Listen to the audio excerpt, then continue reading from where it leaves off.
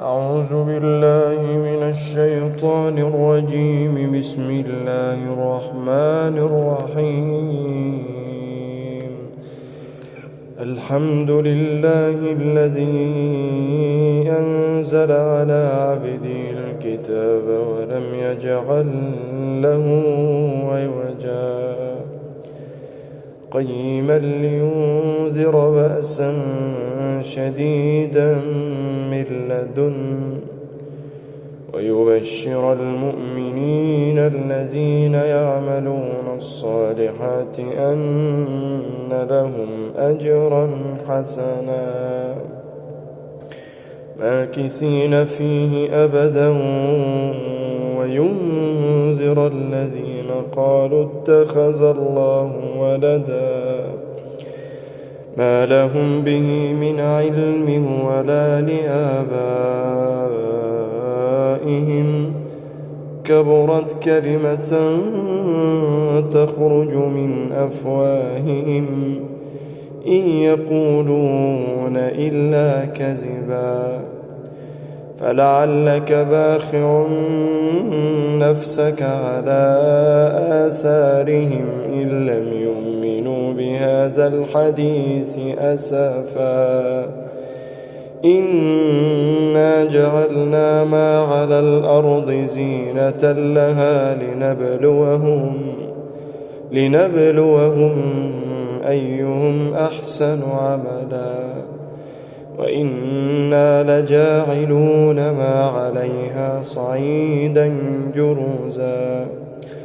أم حسبت أن أصحاب الكهف والرقيم كانوا من آياتنا عجبا إذ أوى الفتية إلى الكهف فقالوا ربنا آتنا من لدنك رحمة وهيئ لنا من أمرنا رشدا فضربنا على آذانهم في الكهف سنين عددا ثم بعثناهم لنعلم أي الحزبين أحصى لما لبثوا أمدا نحن نقص عليك نبأهم بالحق إنهم فتية آمنوا بربهم وزدناهم هدى وربطنا على قلوبهم إذ قاموا فقالوا ربنا رب السماوات والأرض لن ندعو من دونه إلها لقد قلنا إذا شططا هؤلاء قومنا اتخذوا من دونه آلهة لولا يأتون عليهم بسلطان بين فمن أظلم ممن افترى على الله كذبا وإذ اعتزلتموهم وما يعبدون إلا الله فآووا إلى الكهف ينشر لكم ربكم من رحمته ويهيئ لكم من أمركم مرفقا وترى الشمس إذا طلعت تزاور عن كهفهم ذات اليمين وإذا غربت تقرضهم ذات الشمال وهم في فجوة من ذلك من آيات الله من يهد الله فهو المهتد ومن يضلل فلن تجد له وليا مرشدا وتحسبهم أيقاظا وهم ركود ونقلبهم ذات اليمين وذات الشمال وكلبهم باسط ذراعيه بالوصيد اطلعت عليهم لوليت منهم فرارا ولملئت منهم رعبا وكذلك بعثناهم ليتساءلوا بينهم قال قائل منهم كم لبثتم قالوا لبثنا يوما أو بعض يوم قالوا ربكم أعلم بما لبثتم فابعثوا أحدكم بورقكم هذه إلى المدينة فلينظر أيها أزكى طعاما فليأتكم برزق منه وليتلطف ولا يشعرن بكم أحدا إنهم إن يظهروا عليكم يرجموكم أو يعيدوكم في ملتهم ولن تفلحوا إذا أبدا وكذلك عثرنا عليهم ليعلموا أن وعد الله حق وأن الساعة لا ريب فيها إذ يتنازعون بينهم أمرهم فقالوا بنوا عليهم بنيانا ربهم أعلم بهم قال الذين غلبوا على أمرهم لنتخذن عليهم مسجدا سيقولون ثلاثة رابعهم كلبهم ويقولون خمسة سادسهم كلبهم رجما بالغيب ويقولون سبعة وثامنهم كلبهم قل ربي أعلم بعدتهم ما يعلمهم إلا قليل فلا تمار فيهم إلا مراء ظاهرا ولا تستفت فيهم منهم أحدا ولا تقولن لشيء إني فاعل ذلك غدا إلا أن يشاء الله واذكر ربك إذا نسيت وقل عسى أن يهديني ربي لأقرب من هذا رشدا ولبثوا في كهفهم 300 سنين وازدادوا 9 قل الله أعلم بما لبثوا له غيب السماوات والأرض أبصر به وأسمع ما لهم من دونه من ولي ولا يشرك في حكمه أحدا واتل ما أوحي إليك من كتاب ربك لا مبدل لكلماته ولن تجد من دونه ملتحدا واصبر نفسك مع الذين يدعون ربهم بالغداة والعشي يريدون وجهه ولا تعد عيناك عنهم تريد زينة الحياة الدنيا ولا تطع من أغفلنا قلبه عن ذكرنا واتبع هواه وكان أمره فرطا وقل الحق من ربكم فمن شاء فليؤمن ومن شاء فليكفر إنا أعتدنا للظالمين نارا أحاط بهم سرادقها وإن يستغيثوا يغاثوا بماء كالمهل يشوي الوجوه بئس الشراب وساءت مرتفقا إن الذين آمنوا وعملوا الصالحات إنا لا نضيع أجر من أحسن عملا أولئك لهم جنات عدن تجري من تحتهم الأنهار يحلون فيها من أساور من ذهب ويلبسون ثيابا خضرا من سندس واستبرق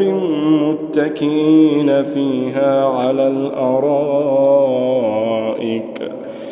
نعم الثواب وحسنت مرتفقا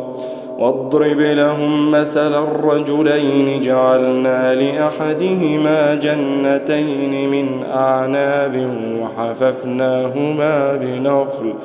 وجعلنا بينهما زرعا كلتا الجنتين أتت أكلها ولم تظلم منه شيئا وفجرنا خلالهما نهرا وكان له ثمر فقال لصاحبه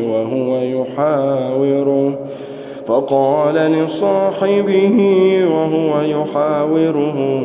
أنا أكثر منك مالا وأعز نفرا ودخل جنته وهو ظالم لنفسه قال ما أظن أن تبيد هذه أبدا وما أظن الساعة قائمة ولئن رددت إلى ربي لاجدن خيرا منها منقلبا قال له صاحبه وهو يحاوره أكفرت بالذي خلقك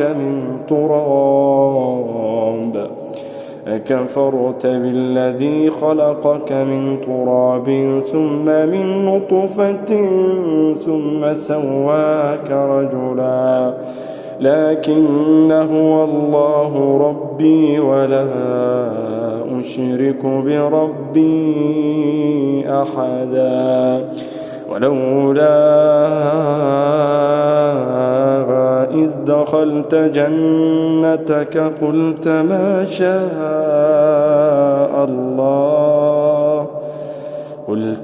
شاء الله لا قوة إلا بالله إن ترني أنا أقل منك مالا وولدا فعسى ربي أن يؤتيني خيرا من جنتك ويرسل عليها حسبانا من السماء فتصبح صعيدا زلقا أو يصبح ماؤها غورا فلم تستطيع له طلبا وأحيط بثمره فأصبح يقلب كفيه على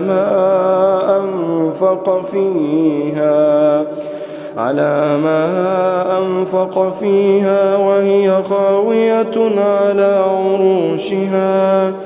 ويقول يا ليتني لم أشرك بربي أحدا ولم تكن له فئة ينصرونه من دون الله وما كان منتصرا هنالك الولاية لله الحق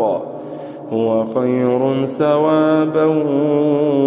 وخير عقبا واضرب لهم مثل الحياة الدنيا كماء إن أنزلناه من السماء فاختلط به نبات الأرض فأصبح هشيما تذروه الرياح وكان الله على كل شيء مقتدرا. المال والبنون زينة الحياة الدنيا والباقيات الصالحات خير عند ربك ثوابا. المال والبنون زينة الحياة الدنيا والباقيات الصالحات خير عند ربك ثوابا وخير أملا. ويوم نسير الجبال وترى الأرض بارزة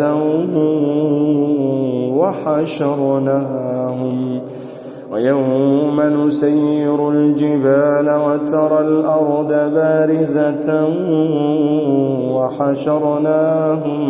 فلم نغادر منهم أحدا وعرضوا على ربك صفا لقد جئتمونا كما خلقناكم أول مرة بل زعمتم أن لن نجعل لكم موعدا.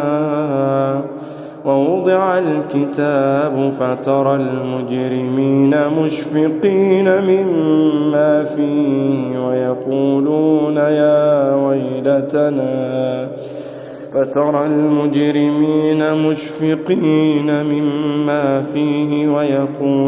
يا ويلتنا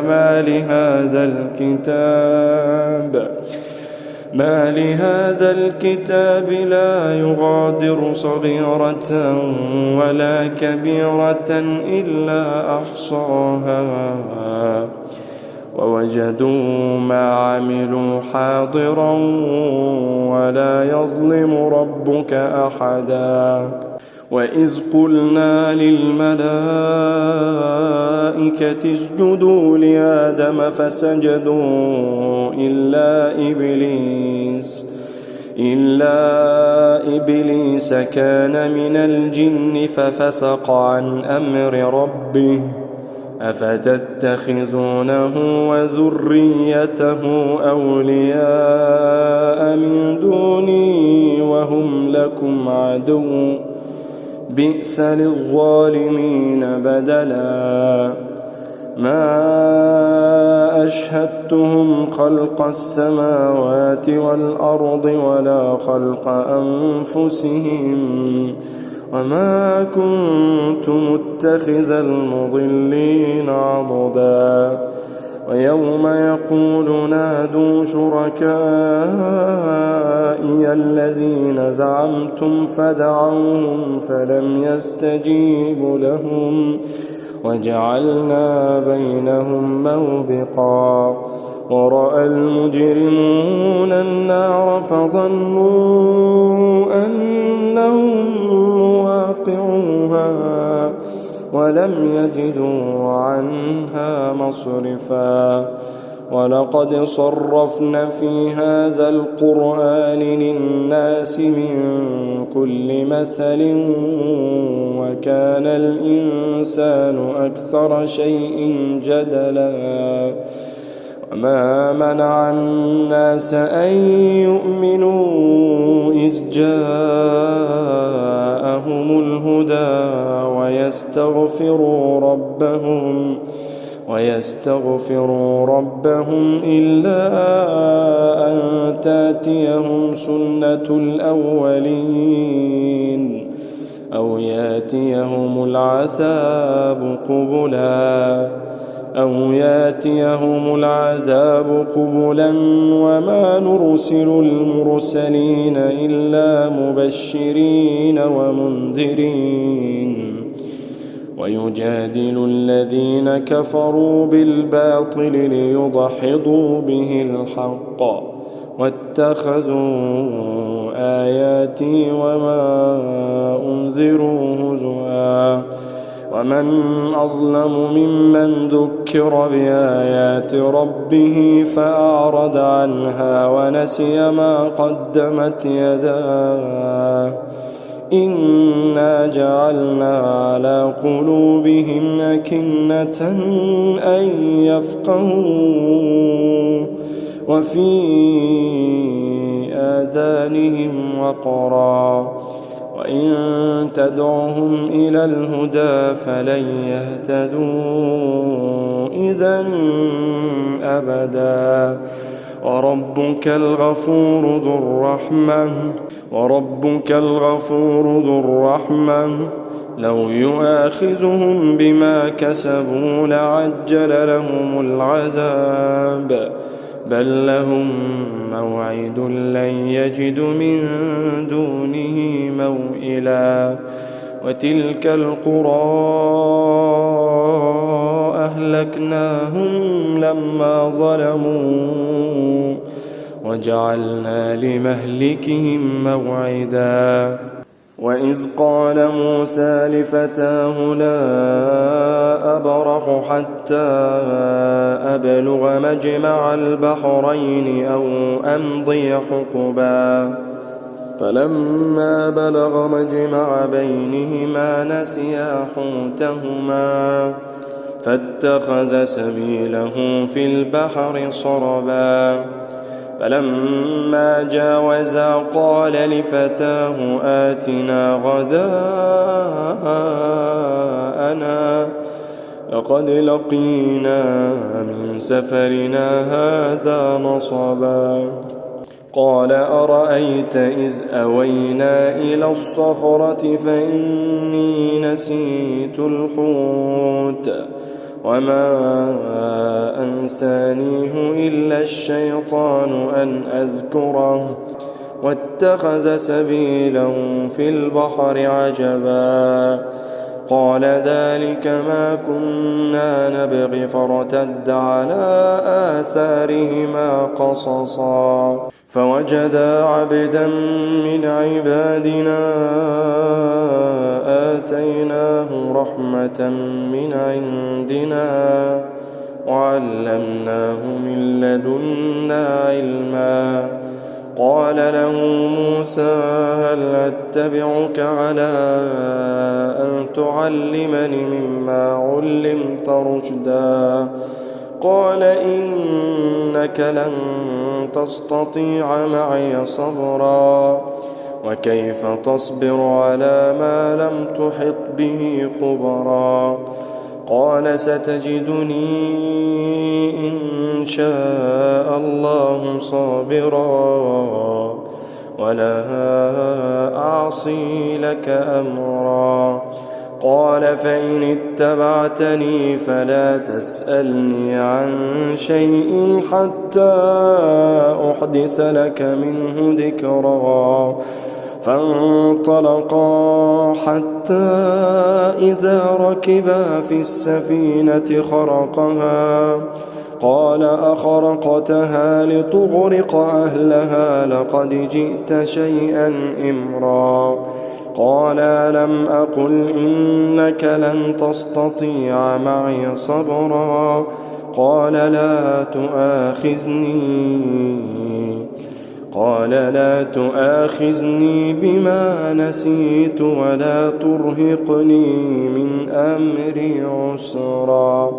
فانطلقا حتى إذا لقيا غلاما فقتله قال أقتلت نفسا زكية بغير نفس لقد جئت شيئا نكرا قال لم أقل لك إنك لن تستطيع معي صبرا قال إن سألتك عن شيء بعدها فلا تصاحبني قد بلغت من لدني عذرا فانطلقا حتى إذا أتيا أهل قرية استطعما أهلها استطعما أهلها فأبوا أن يضيفوهما فوجدا فيها جدارا يريد أن ينقض فأقامه قال لو شئت لاتخذت عليه أجرا قال هذا فراق بيني وبينك سأنبئك بتأويل ما لم تستطع عليه صبرا أما السفينة فكانت لمساكين يعملون في البحر فأردت أن أعيبها وكان وراءهم ملك يأخذ كل سفينة غصبا وأما الغلام فكان أبواه مؤمنين فخشينا أن يرهقهما طغيانا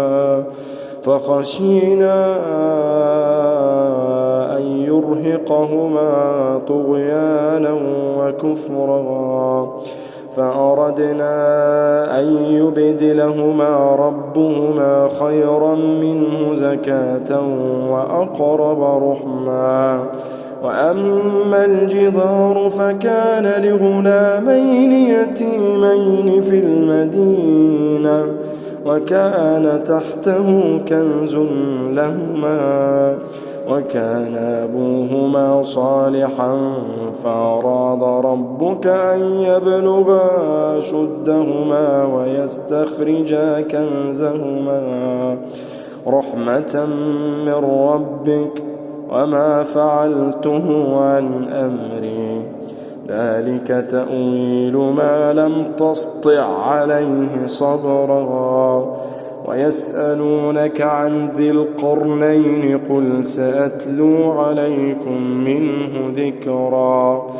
إنا مكنا له في الأرض وآتيناه من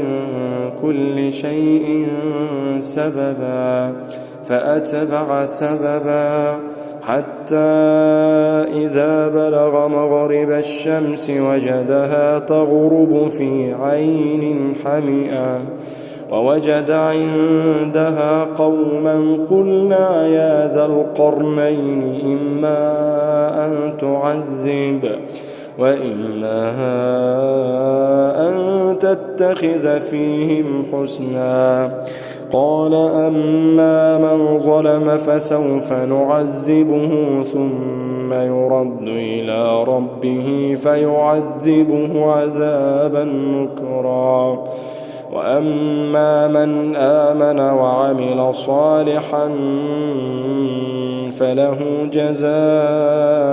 الحسنى وسنقول له من أمرنا يسرا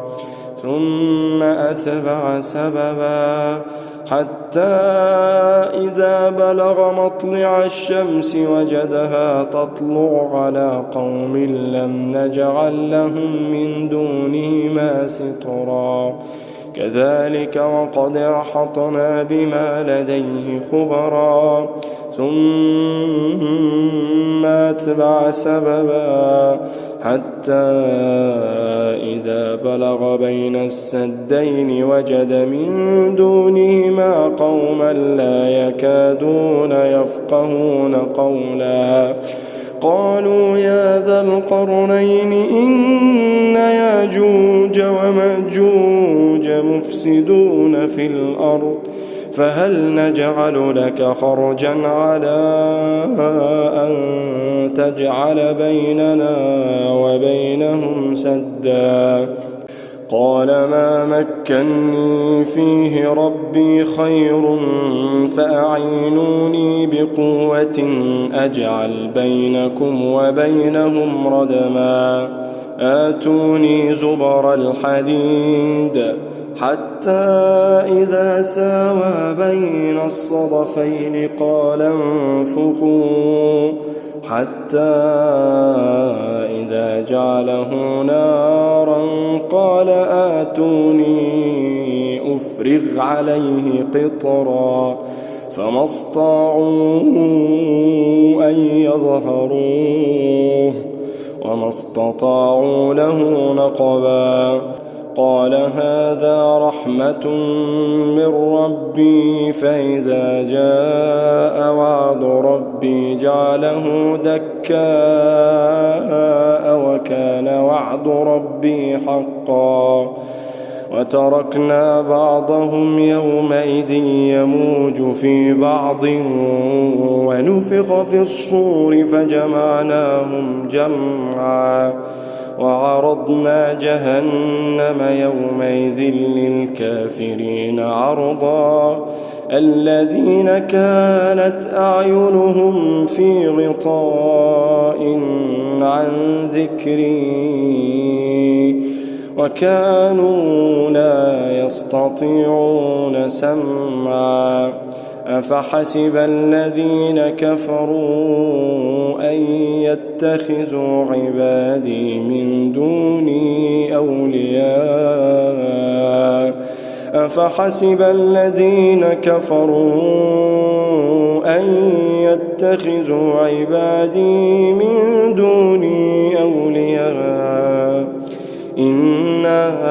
أعتدنا جهنم للكافرين نزلا. قل هل ننبئكم بالأخسرين أعمالا الذين ضل سعيهم في الحياة الدنيا وهم يحسبون أنهم يحسنون صنعا. أولئك الذين كفروا بآيات ربهم ولقائه فحبطت أعمالهم فلا نقيم لهم يوم القيامة وزنا. ذلك جزاؤهم جهنم بما كفروا واتخذوا آياتي ورسلي هزؤا. إن الذين آمنوا وعملوا الصالحات كانت لهم جنات الفردوس نزلا خالدين فيها لا يبغون عنها حولا. قل لو كان البحر مدادا لكلمات ربي لنفد البحر قبل أن تنفد كلمات ربي ولو جئنا بمثله مددا. قل إنما أنا بشر مثلكم يوحى إلي أنما إلهكم إله واحد فمن كان يرجو لقاء ربه فليعمل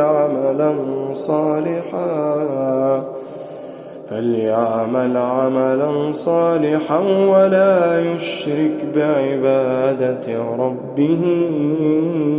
أحدا.